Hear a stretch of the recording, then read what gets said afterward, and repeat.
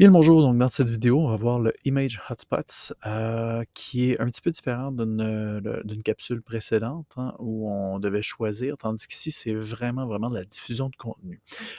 Cette activité de ressources-là est plutôt intéressante. C'est un outil de diffusion de contenu ou de connaissances, évidemment, mais c'est très intéressant. Ça peut faire penser, entre autres, à Genially, pour ne pas le nommer. Mais bref, ça nous permet donc de rendre des images interactives pour pouvoir déployer des éléments de concept, des éléments de connaissance, etc.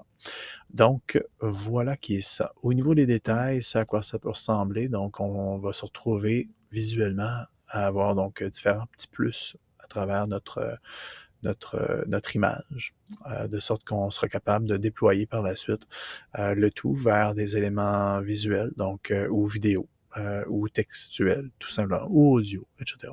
Donc, on peut vraiment développer toutes sortes d'éléments à travers notre image. Aussi simple que ça. Alors, lorsqu'on souhaite, oui, donc voilà pour ce qui est de l'aspect textuel. Lorsqu'on souhaite tout simplement éditer le tout, alors, comme d'habitude, on vient titrer le tout. Par la suite, donc,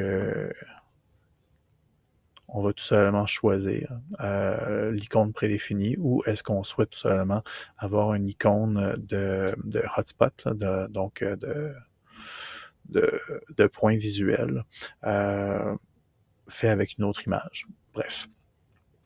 Ensuite de ça, on va choisir les fameux hotspots, tout simplement, et on va les poursuivre comme ça, encore et encore. Donc, voilà. Alors, c'est comme ça qu'on va venir tout simplement les définir. Et pour chaque élément, alors on peut créer donc un élément textuel, vidéo, image ou audio sans aucun problème. Alors, voilà qui est ça.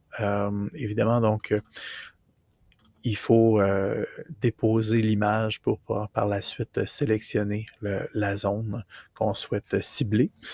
Et après ça, ça se fait très facilement. Donc, là où la loupe, on va pouvoir donc cibler tout simplement l'endroit où on veut créer le fameux hotspot, donc le fameux point de déploiement, disons.